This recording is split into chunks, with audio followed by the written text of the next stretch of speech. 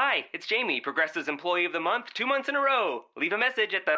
Hi, Jamie. It's me, Jamie. I just had a new idea for our song about the Name Your Price tool. So when it's like, tell us what you want to pay, hey, hey, hey, and the trombone goes, blah, blah, blah, and you say, we'll help you find coverage options to fit your budget. Then we just all do finger snaps while a choir goes, savings coming at ya, savings coming at ya. Yes? No? Maybe? Anyway, see your practice tonight. I got new lyrics for the rap break. Progressive Casualty Insurance Company and Affiliates. Price and coverage match limited by state law.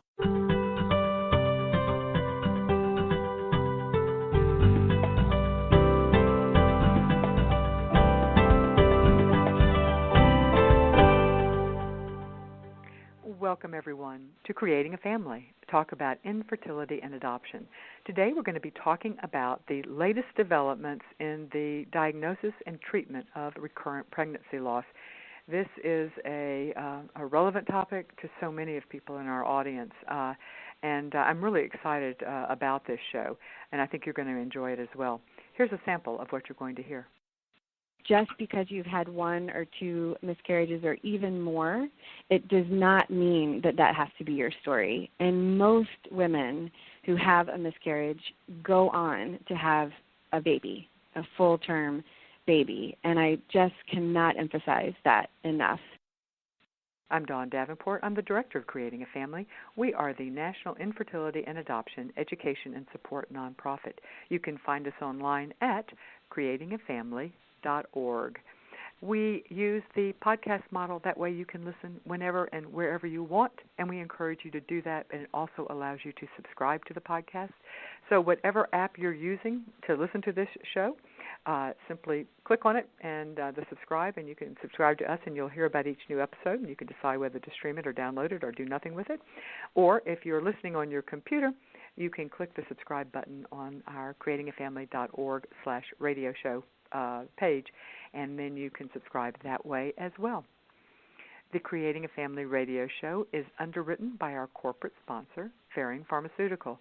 Our friends at Ferring recently launched an all-new resource called My Fertility Navigator. It's a unique personalized service for people who are struggling to get pregnant and are really unsure of where to begin on their journey. Once enrolled, a woman is matched with a dedicated live fertility navigator who can offer one-on-one support based on the individual needs of that person. They can provide information on financial resources. They can share a list of local fertility clinics. They can identify ways to help you optimize your fertility. But whatever it is, they're there to provide you with the support you need. For more information, you can go to their website, myfertilitynav.com. That's myfertilitynav.com. This show, as well as all the resources provided by Creating a Family, couldn't happen without the generous support from our gold sponsors who believe in our mission of providing unbiased education and support to those struggling to create a family. Some of our wonderful gold sponsors include Reproductive Medicine Associates of New Jersey. They are a recognized scientific and patient care leader in the field of infertility with 10 offices and 21 physicians throughout New Jersey. RMA New Jersey maintains an IVF delivery rate well above the national average. We also have Manhattan Cryobank. They are dedicated to helping clients have healthy babies by analyzing a client's DNA in combination with the DNA of prospective sperm donors to provide the client with a personalized catalog of safer donor matches. In addition to donor sperm services, they offer a full range of andrology and fertility preservation services. And Georgia Reproductive Specialists. Their goal is to provide you with the latest women's healthcare innovations to address infertility, polycystic ovaries, endometriosis, and pelvic pain. They have 3 locations in the Atlanta area. And in addition to our gold sponsors, we also have other sponsors whose generosity allows us to bring you this show. We ask that when choosing an infertility service provider, please consider choosing one from the Creating a Family directories, which you can find on our service provider page. You can search by location, services provided, just a host of factors that we think are important when choosing. And when you use these directories, you support those who support us, and we thank you. Today's interview is going to be about the latest developments in the diagnosis and treatment of recurrent pregnancy loss. Our guest is Dr. Lora Shahine. She is a board-certified reproductive endocrinologist. the director of the Recurrent Pregnancy Loss Program at Pacific NW Fertility, and author of Not Broken, An Approachable Guide to Miscarriage and Recurrent Pregnancy Loss. Welcome, Dr. Shahine, to Creating a Family. Thank you. I'm so happy to be here. You know, you say in your book, Not Broken, that medical science's understanding of recurrent pregnancy loss is in a state of flux right now. And this seems surprising, given that miscarriages have been happening since the beginning of womankind.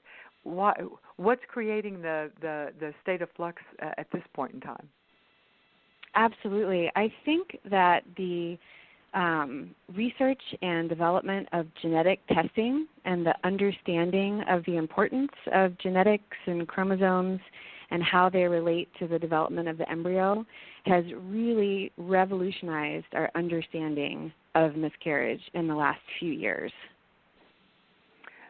Yeah, and we're certainly, and that field is absolutely exploding, so that makes sense as to why, and that we'll talk about later, and spend a great deal of time of talking about later, is how that influences both the diagnosing and the treating. All right, but let's start more basic. How common is miscarriage in general? Absolutely. It's more common than a lot of people realize. 1 out of 4 couples that are trying to conceive a family will suffer from a miscarriage during their family building years. And it's estimated that at least 15 to 25% of all pregnancies that start out will end in miscarriage. And that's when we talk about that figure, because I've read that a lot, does that include, would it be higher if we included pregnancies that are lost very early, after a woman tests and she gets a positive on her pregnancy test, but fairly early on? Does that figure, that 15 to 25%, does that include those early pregnancies, or is it including only those after it's been confirmed or the baby or the fetus has been seen or the embryo has been seen on a sonogram, or at what stage of pregnancy does that include? Right. That's an excellent question, and definitions are extremely important because in science and in evidence-based sort of Western medicine, miscarriage is really defined as a pregnancy loss after about 5 to 6 weeks gestation, when you can see something on ultrasound or you can test something histopathologically. But home pregnancy tests and early blood tests are so sensitive now that women can know that they've had implantation and are pregnant very, very early. And so the number that I gave you, saying that 15 to 25% of pregnancies will end in miscarriage, are really after they've been seen on ultrasound after about 6-7 weeks. And so if you include these early losses where someone has a positive home pregnancy test and a late period, these biochemical pregnancy losses or biochemical miscarriages, then the number is significantly higher. It's very difficult to estimate that and to give you a real number because so many of these are not reported. Yeah, I've been trying to find that number, and I haven't been able to find it either. And your point's well taken that oftentimes it's not reported because a woman just has taken her pregnancy test, sees she's pregnant, and then a couple of weeks later has a period. So it's not something that she may even mention to, or that even if she does mention it to her gynecologist, it's not something that they would necessarily report.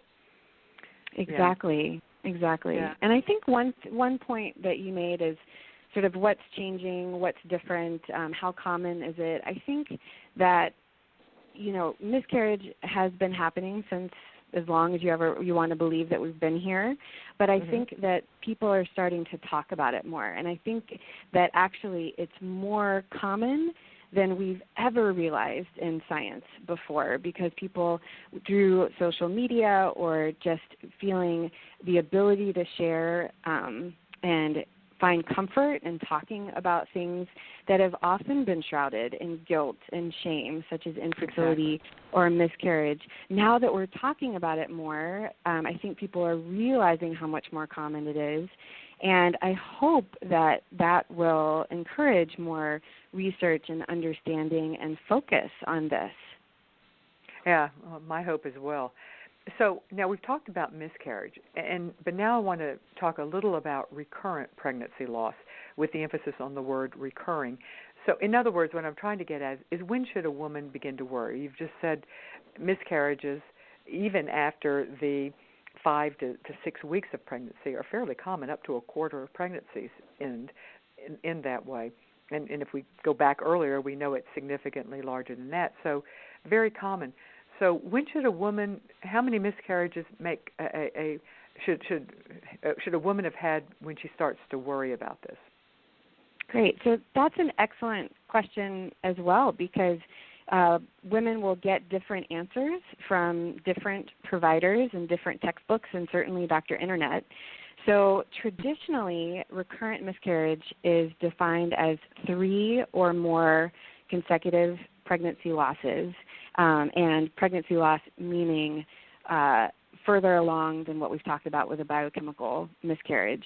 Now, in 2003, ASRM, or the American Society of Reproductive Medicine, actually changed that definition slightly, and they said that if a woman has had 2 or more clinically recognized miscarriages, so ultrasound or tissue diagnosis, then it's very reasonable and important to start an investigation and start evaluating and testing to see if there's a reason that this woman has had those losses and maybe prevent a 3rd miscarriage. And that's really important because people will often go to their primary care providers or doctors after 2 losses, and many doctors will say, nope, I'm not going to do testing until it's been 3, and that has been correct and accurate for years and years and years. But really, the evidence is now suggesting that it is important and okay to start the testing after 2 losses. And this really does not include the early losses, the biochemical losses. It's a really hard thing for women who go to their providers and say, listen, I'm having these early losses, and some providers will do the testing and some will not. But 2 or more clinically recognized miscarriages, that is the standard with most providers. Okay, and again, what we mean is after about the 6th to 7th week of pregnancy. Mm-hmm. Okay. When you've been able to see something on ultrasound or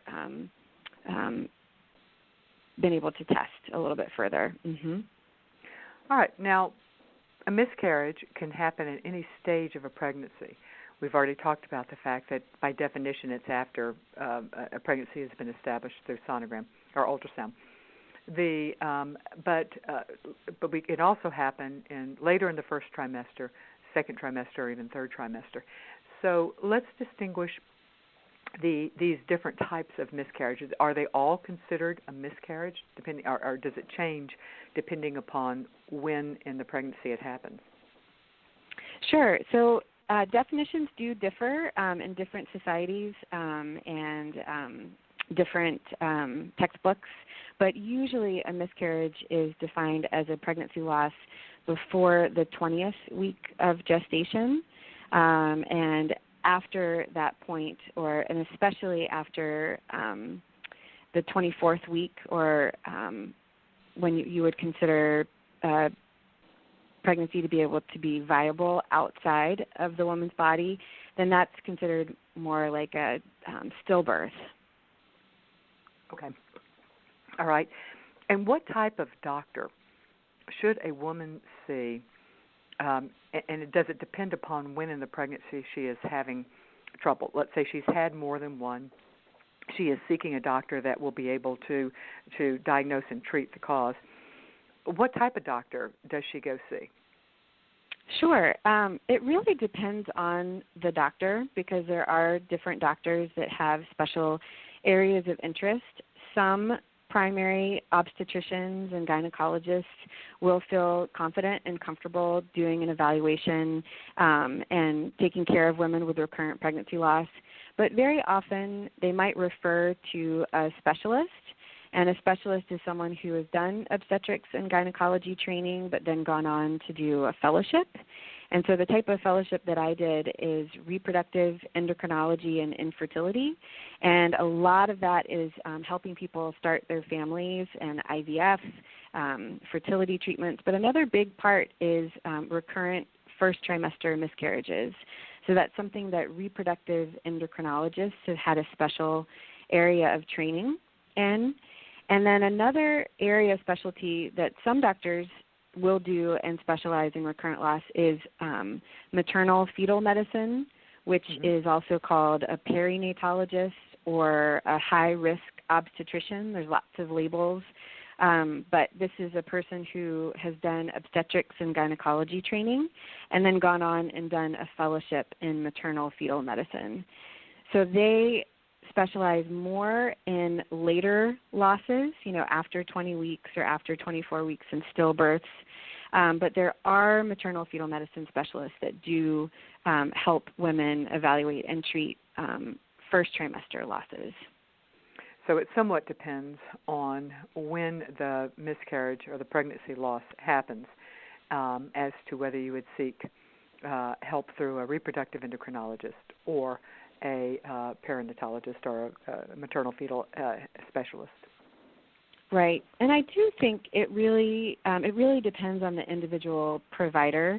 So I have a special area of interest in recurrent miscarriage. It's something that I've really dedicated my practice to, but there are lots of reproductive endocrinologists out there that don't focus on it and may have had training, but it could have been years and years ago, and the field all the fields of medicine just change so rapidly that I would encourage people to ask questions before they go to see the provider just to make sure that it is the right person for them to see. Yeah, I think it's a very good idea.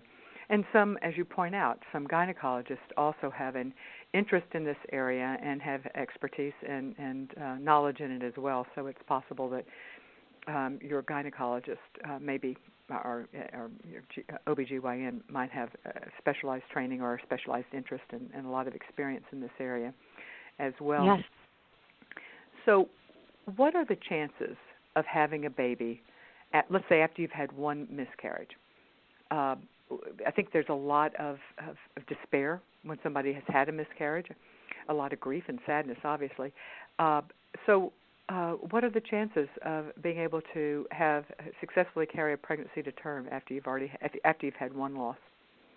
Yes, very, very high, and that's really a huge point that I try to write about in my book, and I really try to instill in patients that I see every day that it just because you've had one or two miscarriages or even more, it does not mean that that has to be your story. And most women who have a miscarriage go on to have a baby, a full-term baby. And I just cannot emphasize that enough. There's an excellent study. I don't think it'll ever be able to be replicated. It's by Brigham et al. In the late 1990s, where they really followed hundreds and hundreds of women who'd had miscarriages, and they look backwards and sort of say, okay, if this woman is this age and has had this many miscarriages, in her next pregnancy, what was the chances that she had a baby? And so they did no intervention. This was years ago, so they didn't do a lot of testing. They were just seeing what happened. And in that study, if a woman is 40 years old and she's had 5 miscarriages, with her 6th pregnancy, she had a 50% chance of having a baby. So Amazing. When people come to me and their story is miscarriages, whether it's 2, 3, 5, 10, I still say, I don't want you to lose hope. I don't want you to feel broken. I don't want you to feel that this is your story. Every time you've gotten pregnant, your miscarriage rate has been 100%. But every pregnancy is different, and you still have the chance of having a baby just trying again. Yeah, and that's something that does offer a tremendous amount of hope. But it's so hard to hang on to that because, statistics are statistics, but you're a human, and you don't really care what happens to the world. What you care about is yourself. But it's important to realize that even without treatment, most people go on to having a baby. What is the most common reason for first trimester pregnancy loss? Yes, so the most common reason is a genetic issue within the embryo.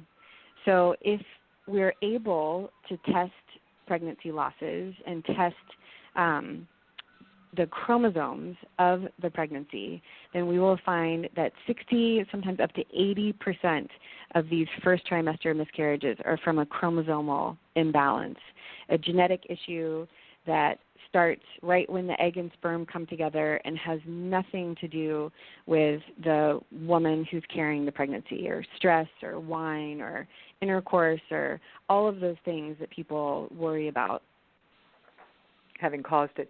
And in the book, Not Broken, you talk about you say, and I thought it was a good statement, and actually, and I'm paraphrasing and probably not saying it as well, but that the miscarriage is actually a sign that the woman's body is working correctly, because this fetus would not have gone on to be able to grow to the full to be a live birth.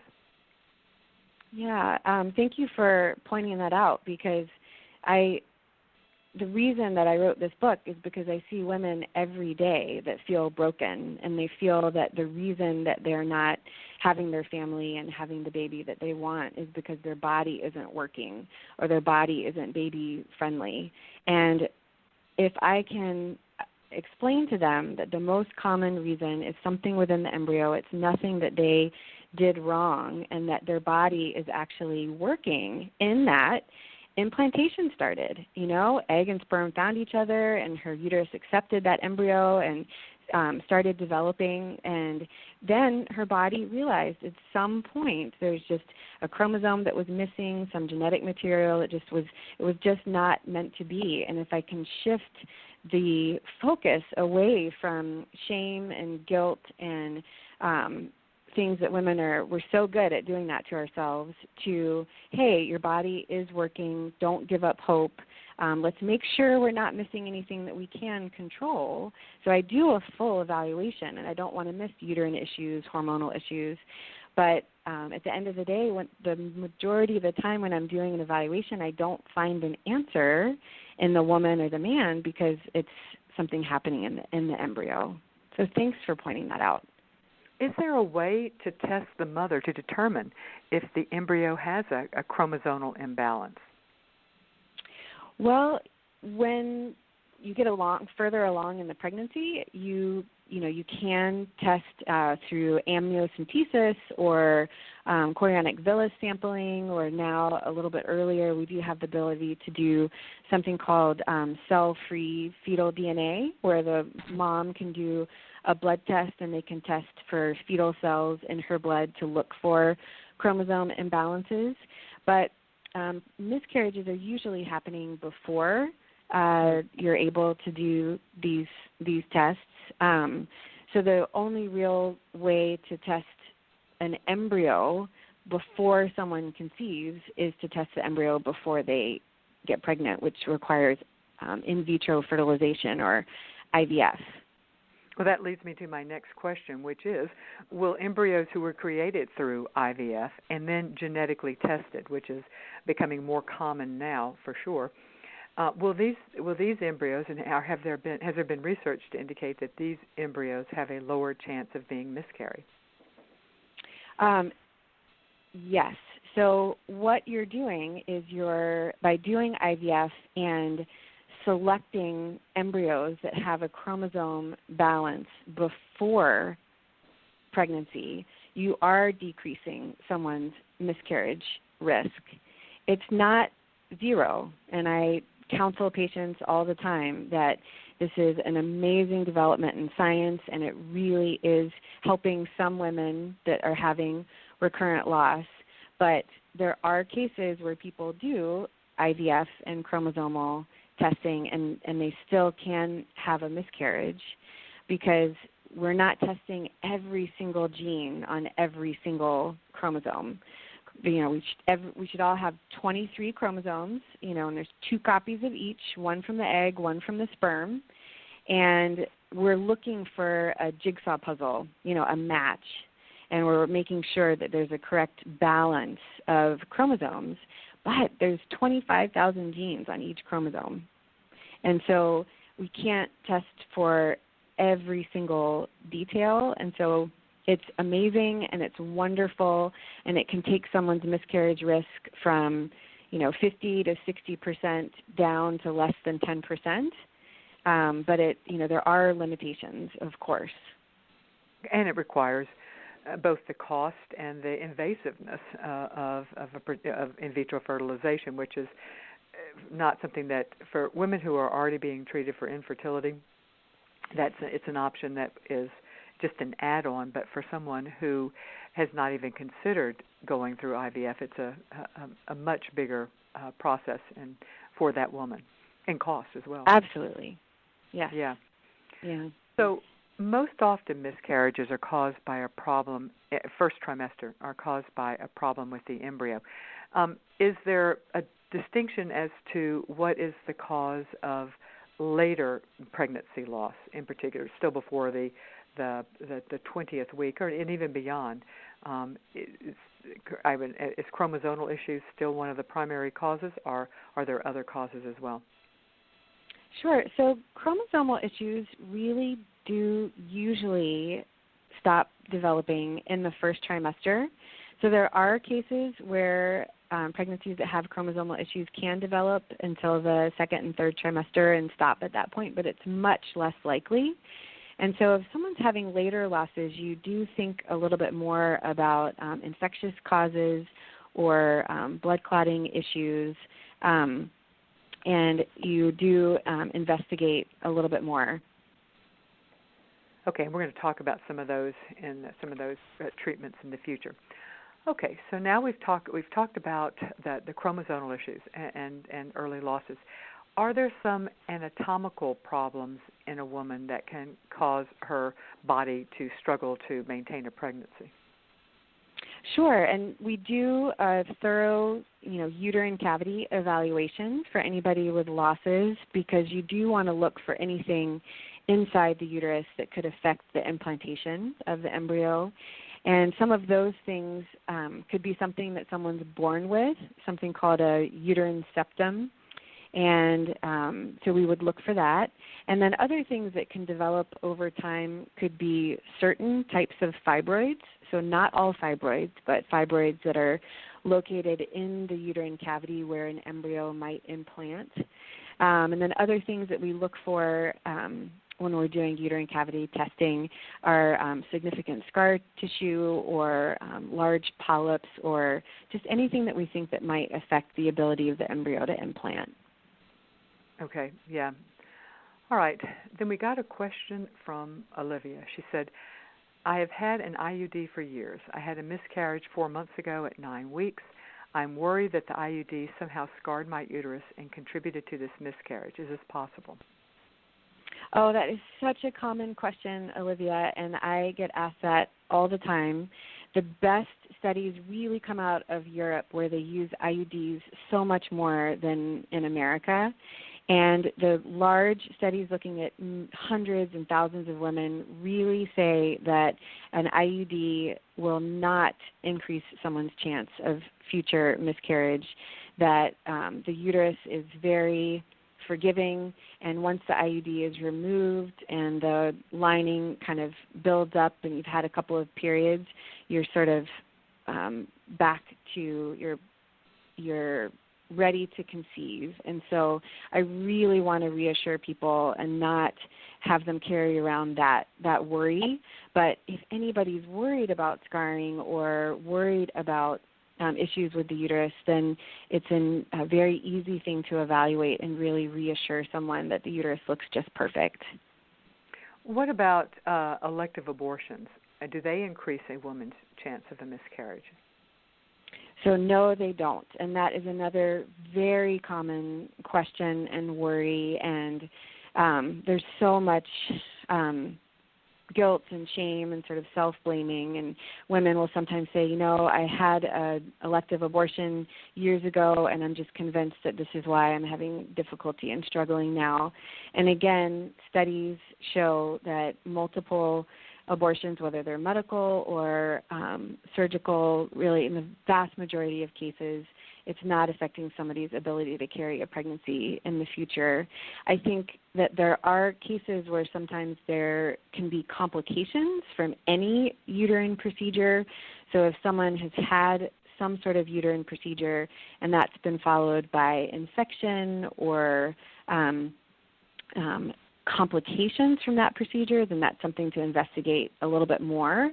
But just routine uterine procedures and IUDs will not increase somebody's risk of miscarriage later in life. But a DNC might be, if you've had a DNC, is that something that puts you at increased risk? Well, only if there's complications. So routine uterine procedures like a DNC or hysteroscopy, medical or surgical pregnancy terminations or abortions really should not put someone at increased risk. All right. You are listening to Creating a Family. We are today talking about the latest developments in the diagnosis and treatment of recurrent pregnancy loss. We're talking with Dr. Lora Shahine. Let me tell you that we primarily keep in touch with our community through our weekly e-newsletters, and I want to offer that to you as well, to those of you listening to this interview. We have two of them, one for infertility and one for adoption. You choose, or you could receive both if you're interested in both. We let you know about the latest developments in infertility as well as the upcoming week's blog and show topic, and you can sign up for our weekly e-newsletter at any page of our website, creatingafamily.org.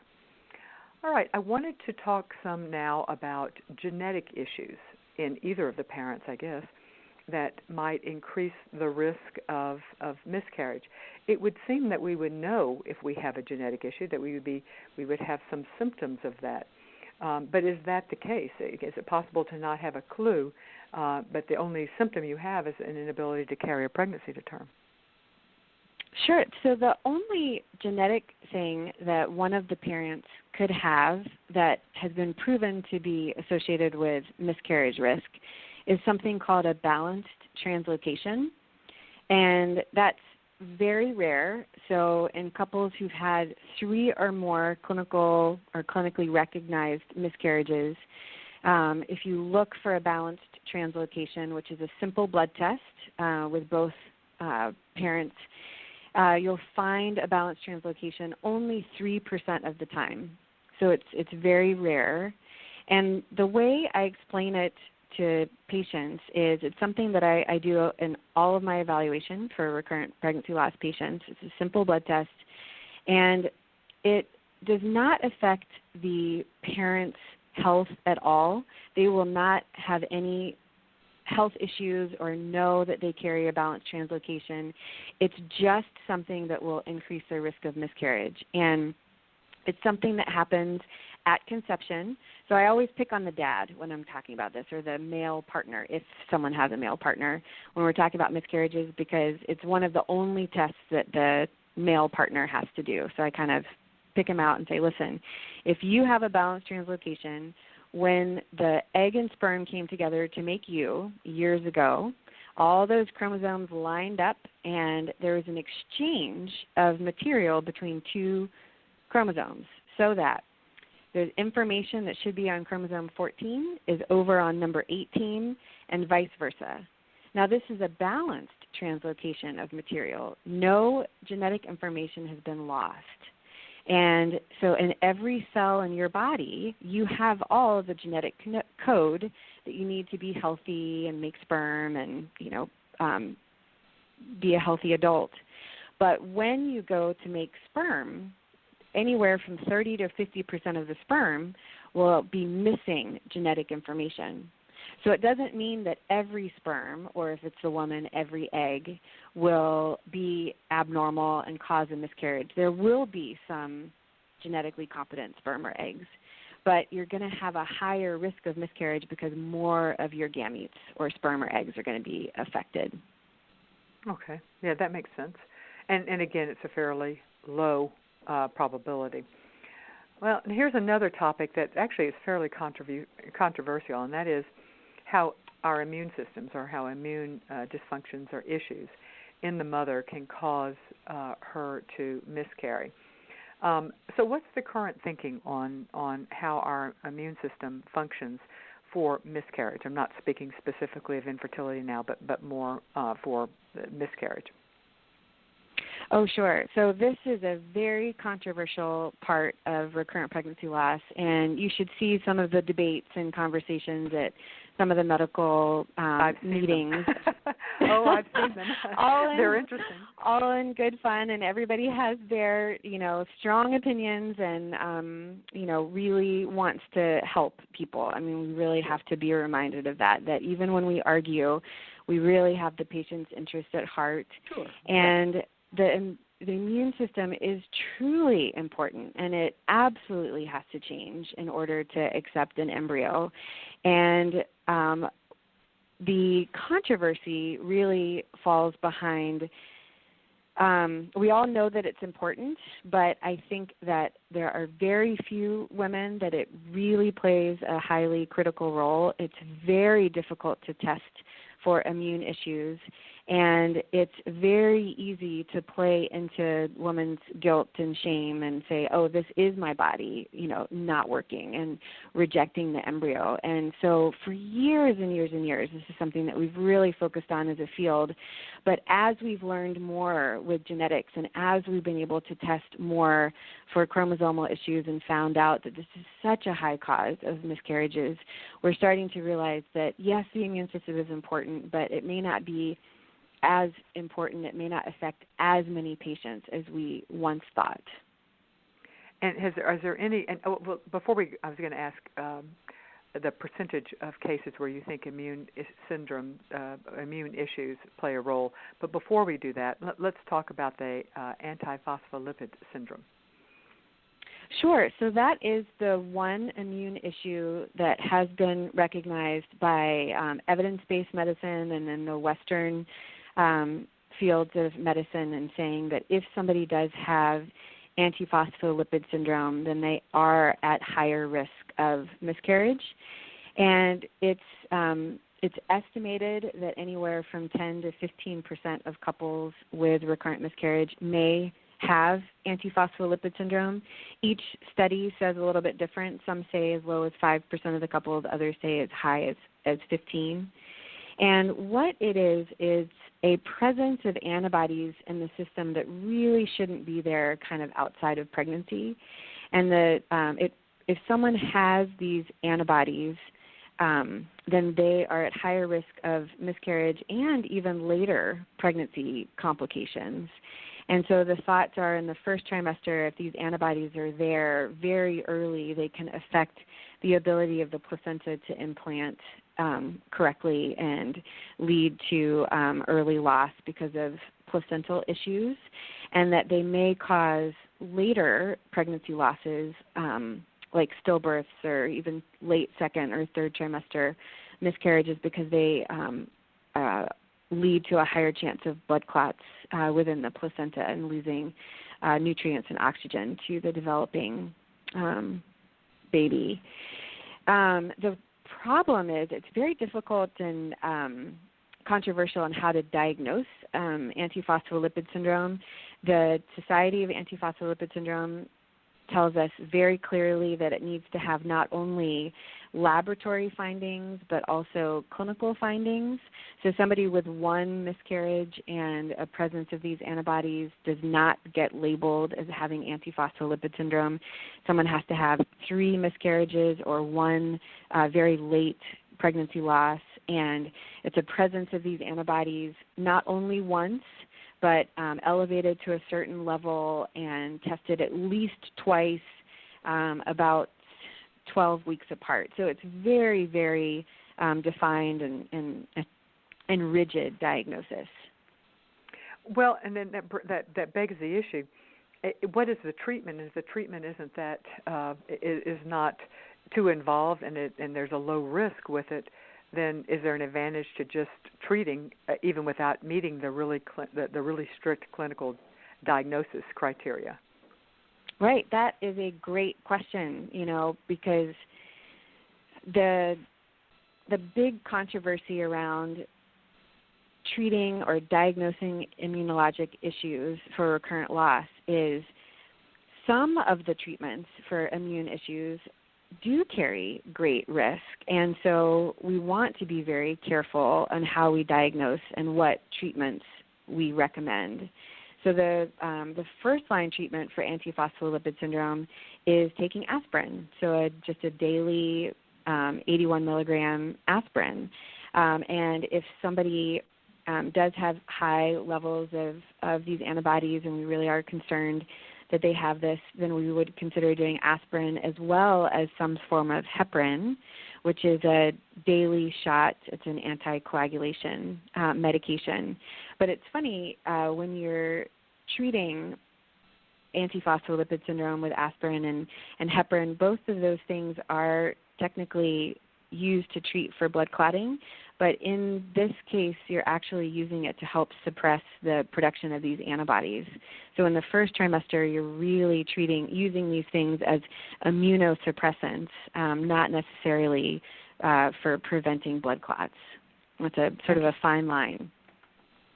So that's something that if you that your medical specialist is going to have to help analyze whether you are one of the 10 to 15% of people who have had recurrent pregnancy loss who should be considered for treatment of antiphospholipid syndrome.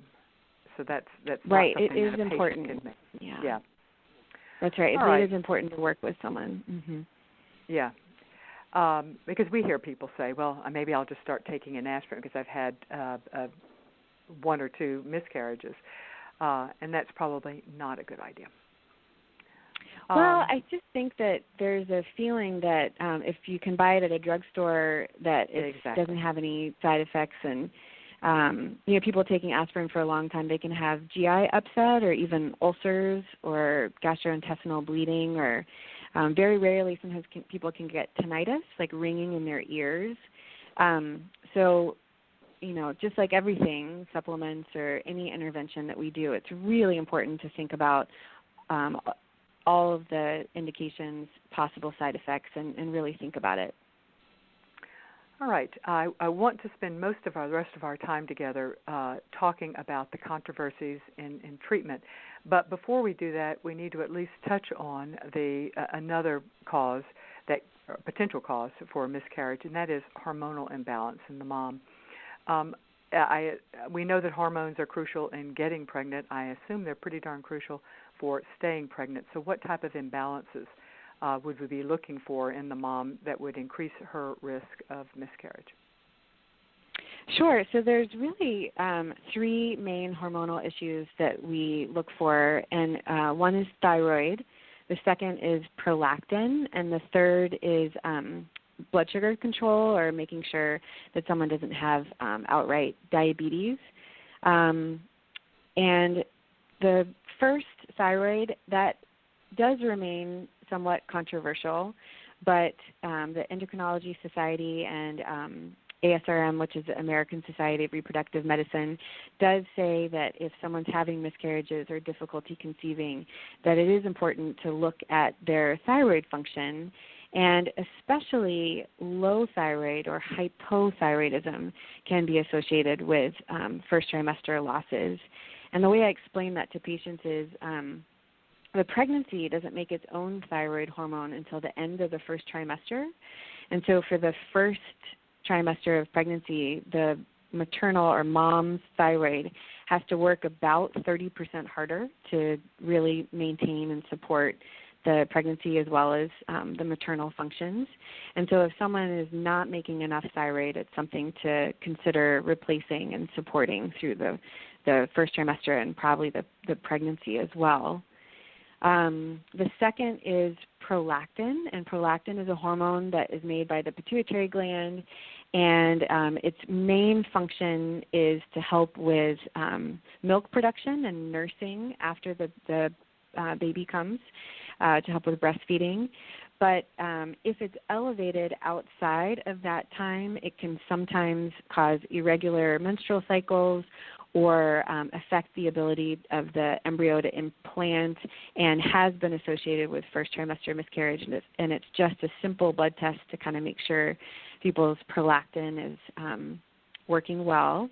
And then the last thing is it's very rare, but uncontrolled diabetes and significantly elevated high blood sugars in the first trimester have been associated with miscarriages from fetal malformations. So the pregnancy developing in this super high blood sugar level can affect heart formation and lead to early pregnancy loss.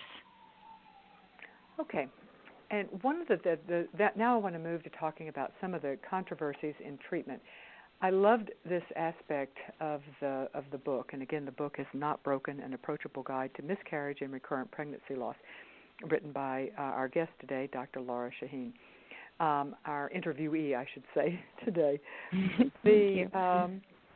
I found this fascinating because I think that there, particularly from a patient standpoint as well as from a nurse standpoint, and medical professionals in general, I think it is very confusing. We hear that somebody has been treated for miscarriage using a particular treatment, and if you're working with a patient or if you are a patient who has suffered from a miscarriage, you wonder, should my doctor be doing that? Do I need to be switching doctors? Do I need to be asking for specific treatments? And as you've said, there's a great deal of controversy right now, partly because medical science is advancing relatively rapidly, and we're learning more. So let's just talk about some of the controversies. The first one that I'd like to talk about is inherited thrombophilia. First, what is it, and why would you test for it, or why would you not test for it? Sure. So inherited thrombophilia means it's a propensity towards blood clotting, and it's something that somebody's born with. So maybe for example, the most common is factor V Leiden, and it is basically having a genetic mutation that makes it so some of the blood clotting cascade isn't working as well, and someone has a propensity to blood clots. And so if they're in a state of sort of towards blood clotting and being pregnant with high estrogen levels of pregnancy, you have a higher tendency towards blood clots. And so we, as a field, have been doing blood clotting testing for years and years and years and years. And even when I was in medical school years ago, that was considered a standard test, that if someone's having miscarriages, you check and see if they have factor V Leiden mutation, prothrombin gene mutation, and a couple others to see if this could cause miscarriages. And since then, evidence has really shown that having an inherited thrombophilia does not put somebody at an increased risk of recurrent miscarriage, and this is really not something that we should be testing for on a regular basis.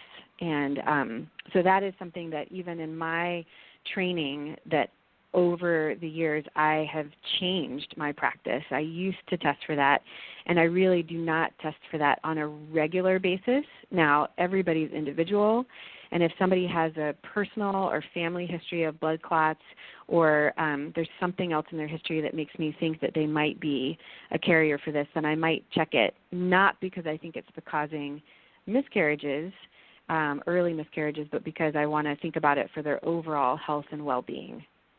that the miscarriage could be a symptom of something that they need to know about for their health. All right, the next one I want to talk about, and I can't pronounce it, so I'm going to use the acronym, which is MTHFR. Let's talk about that, and you could tell us what you can try to pronounce, or probably you can pronounce what MTHFR means.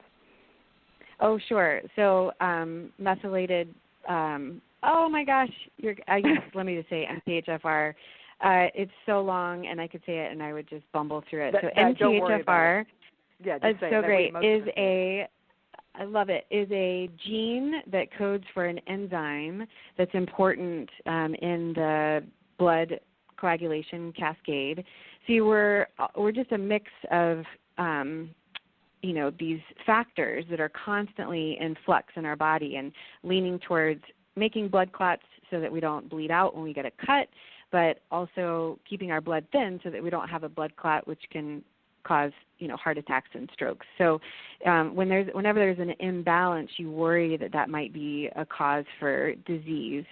And so MTHFR is very controversial in that it is something that a lot of people test for, and it had been thought to be associated with miscarriage, and then studies have shown that it's not, and people still argue that it is, and this is a very heated debate, and it's not this perfect, but in general, the dividing line is a lot towards Western doctors saying that MTHFR is not associated with miscarriage, we shouldn't test for it, and Eastern providers or alternative providers like naturopaths testing for it and saying it's really important. And the arguments go along the lines, or the way I kind of talk to patients about it is, 40 up to 50% of people in this world will test positive for a mutation in their MTHFR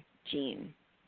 So if that truly was a cause for all miscarriages, we would be having a lot more miscarriages. So it's so common for patients to get a positive test. Now, if someone does have a mutation in their MTHFR gene, the theory is that they are not able to process folate or folic acid as easily. And folate or folic acid, as anybody knows who's trying to conceive and taking prenatal vitamins, it's important to take for the early development of the fetus. Having enough folic acid on board will prevent neural tube defects like spina bifida. Folic acid is so important in so many mechanisms in our cells and DNA replication, and it's really, really important. So the theory is if somebody cannot use folic acid that's out in prenatal vitamins, or, it's in a lot of the grains that we eat, that maybe their system is out of whack and they're going to be at a higher propensity to not only miscarriages but lots of other disease like heart disease, et cetera. And so if someone has a mutation for this, the recommendation is to consider getting extra folate in your body, and maybe even taking prenatal vitamin that has something called methylated folate in it, which is, it's just processed a little bit differently. It's easier for our bodies to digest. So everybody feels very strongly and very differently about this. We still need to investigate it. We need to figure it out. What I tell my patients is, I don't think we need to test for it. It's such a high chance that it's going to be positive, but why not? Let's look at your supplements and let's think through what you're taking, and maybe we can help you process that better. Is there any downside to taking methylated folate in your as a pregnancy during pregnancy? No, there isn't, but I don't want anybody to mega dose on anything. There's a propensity in just, life and society that, if something's good, then if I take 4 times as much as I need, then it's just going to be better. And, taking too much is, we're just going to process through it. But there are some side effects and some worries about taking too much. So maybe just taking a different prenatal vitamin, but you don't need to necessarily take lots and lots of it. Okay. All right. The next controversial or potentially controversial testing and treatment is luteal phase defects in progesterone treatment. Tell us what that is first, and then explain the controversy.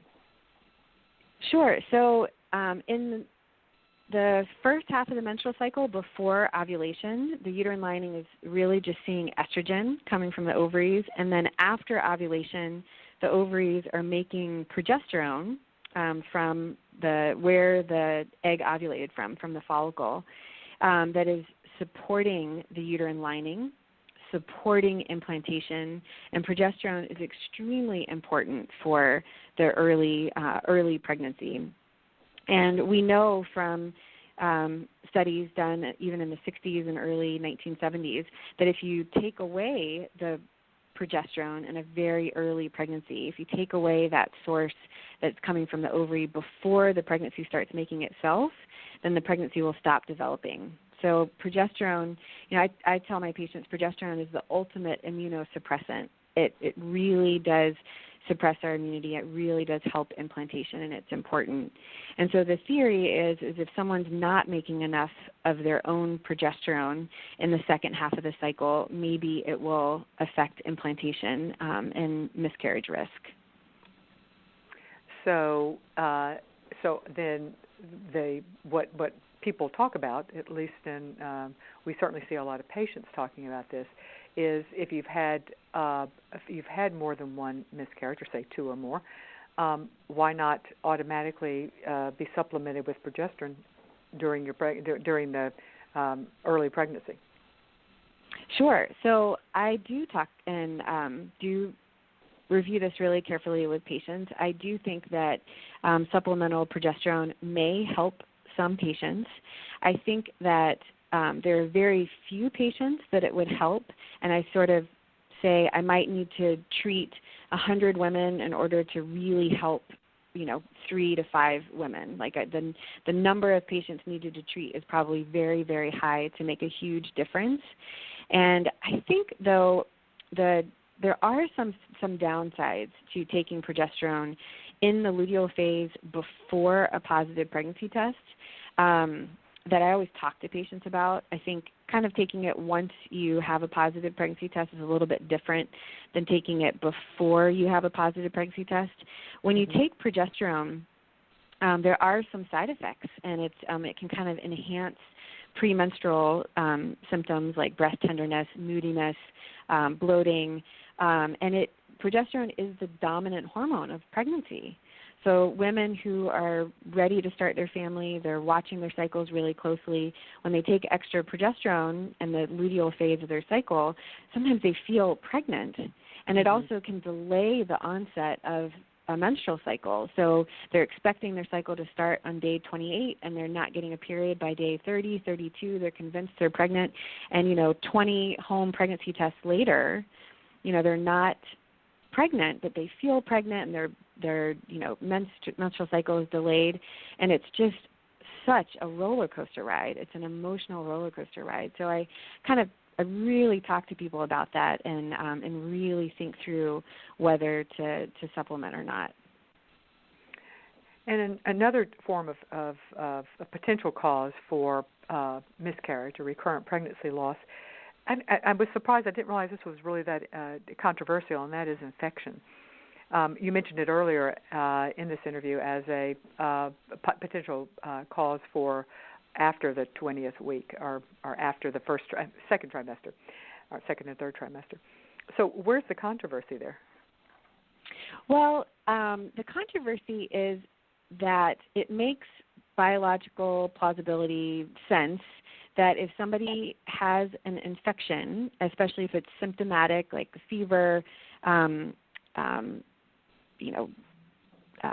tenderness, etc., and they have a loss around that time, it makes sense that infection might have caused pregnancy loss. So, for example, if someone gets chickenpox while they're pregnant, it can cause a miscarriage.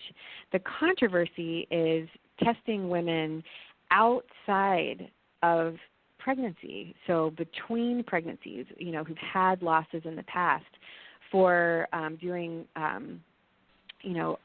bacterial load testing or biopsying and screening for what bacteria are there. The controversy is, does it really matter what's happening in between pregnancies if they didn't have an active infection during that miscarriage? We're constantly having shifts in our bacterial flora, and should we be going to search something outside of pregnancy and then acting on it? So if we find something, maybe it's just a natural shift in their bacterial flora, but then we're now giving them these high-dose antibiotics, which can, shift their flora another way and then cause yeast infections. And, okay, so you treat something then, but does that really affect a pregnancy that's going to happen a month or two later? Yeah, okay. And again, in the treatments for an infection that your body may well handle on its own, there are potential side effects to the mom for that. All right. So what I'd like to do now in our remaining time is to shift us to talk about lifestyle and lifestyle modifications. I think that most people who have had more than one, and certainly more than two, pregnancy losses, we're actively looking for something that they can do they can personally do to take action, because one of the hardest things is the feeling that there's being out of control, that there's nothing that you can do that will increase your chances. And with lifestyle modifications, we don't want to just suggest them for the heck of it, but do we have some evidence that indicates there are specific things that women can do that will improve their chances? Sure, and this is a really delicate topic because it's playing into this. You just have to be very balanced when you're talking to patients about this, because playing into guilt, playing into the fact yes. that I did it. I was the one yes. who caused myself, because if I could change something and I hadn't changed it before, it's my fault. Yep, you're exactly right. Right, and it's a coping mechanism because you're in so much pain and you're grieving, and if you can find the reason why you had that loss and change it, then you have that control, and it's the loss of control. You just hit the nail on the head. You're exactly right. And so the way I present it to people and really try to talk about it is in a very positive way, and I say, let's just make sure you're in your maximum health. Because if you're in your maximum health and you're taking good care of yourself, you have a higher chance of conceiving and having a healthier pregnancy just in general. And you can't look backwards and be negative about anything in the past, but let's just talk about doing our best moving forward. And a lot of that is, not smoking, very limited alcohol, no marijuana, optimizing weight. Weight is really personal, and, people are in a very stressed state when they're coming to see me, and being underweight or overweight has been associated with miscarriage, and I want people to have an optimal weight, but I want them to come to it in a very positive way and thinking about it as like a lifestyle change, not I'm overweight, therefore that's why I had miscarriages, and it's going to make me feel even worse about myself. Yep, exactly. So the main ones are the things that we tell people anyway. Don't smoke. Don't use alcohol in excess or in pregnancy at all. Don't and maintain a healthy weight. And it doesn't have to be a perfect weight. Right. And it's something I'm really learning about and focusing on, especially this year, is our toxins in our environment, and thinking about beauty products and BPA and plastics. So I write about this a lot in the book, and I think it's delicate. I think it can be a slippery slope, and you can kind of get really into it and obsess about it, and I'm not wanting people to do that. But I think we can make really healthy choices in the products that we use every day to decrease our exposure to these things. Because there is, and we've done a number of interviews on our website with experts, and without a doubt, we know that endocrine disruptors in our environment, in our food, and in our things that we utilize with our food and in our everyday living can affect our fertility, and they're powerful. So there are definitely things. Could you enumerate maybe 2 or 3 things that if you had to select that you would tell people to pay particular attention to? Sure. I would eliminate as much BPA as possible. This is something that's in soft plastics. So being really aware of not heating food in plastic containers and consider, alternative water bottles as opposed to a plastic water bottle would be really an easy switch to make. And then beauty products is something, because as a woman and as a mother and a doctor and just writing this book, I really learned a lot about phthalates and some of the parabens and some of the other things that are in beauty products. And we can really think about the lotions and the shampoo and the makeup that we use. There's not been a single restriction on any carcinogen going into beauty products since the 1930s in the United States. We have 11 chemicals that are banned from beauty products, and in Europe it's over 1,300.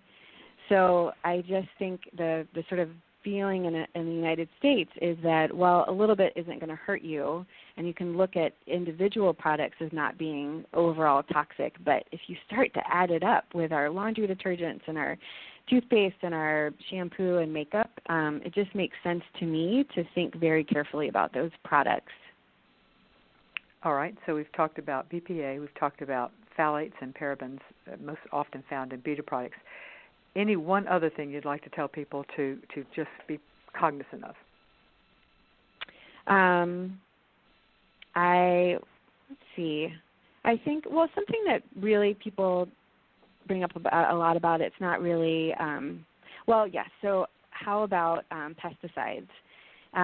It's pretty amazing the amount of pesticides that are in a lot of the food that we eat, and I just started reading Silent Spring. I don't know if you read that book from the 1960s, talking about DDT and how it got into not only the plants that you were trying to kill the insects that were attacking plants, but it stayed in the food chain, in the animals that we eat. And you can still find it, even though it's been banned for decades.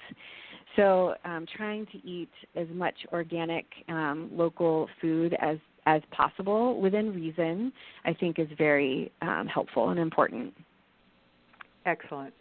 Thank you so much, Dr. Lora Shahine, for talking with us about the latest developments in the diagnosis and treatment of recurrent pregnancy loss. Keep in mind that the information given in this interview is general advice. To understand how it applies to your specific situation or how to apply it to your patients, work with your infertility professional.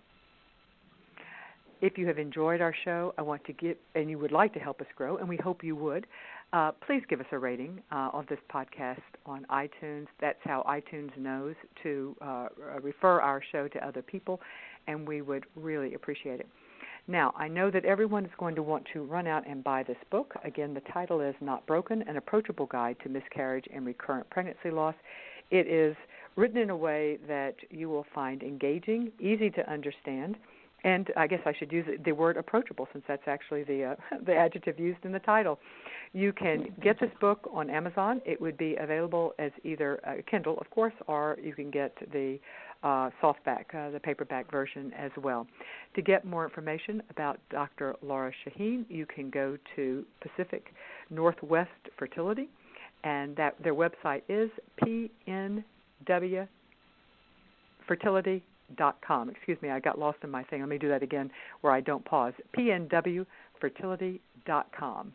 Thank you so much for joining us today, and I will see you next week. Hi, it's Jamie, Progressive's Employee of the Month, 2 months in a row. Leave a message at the...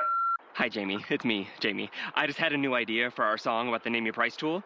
So when it's like, tell us what you want to pay, hey, hey, hey, and the trombone goes, blah, blah, blah, and you say, we'll help you find coverage options to fit your budget. Then we just all do finger snaps while a choir goes, savings coming at ya, savings coming at ya. Yes? No? Maybe? Anyway, see your practice tonight. I got new lyrics for the rap break. Progressive Casualty Insurance Company and Affiliates. Price and coverage match limited by state law. The Starlight Lounge presents An Evening with the Progressive Box. Old moon, yeah. That's Hugo, tickling the ivories. He just saved by bundling home and auto with Progressive.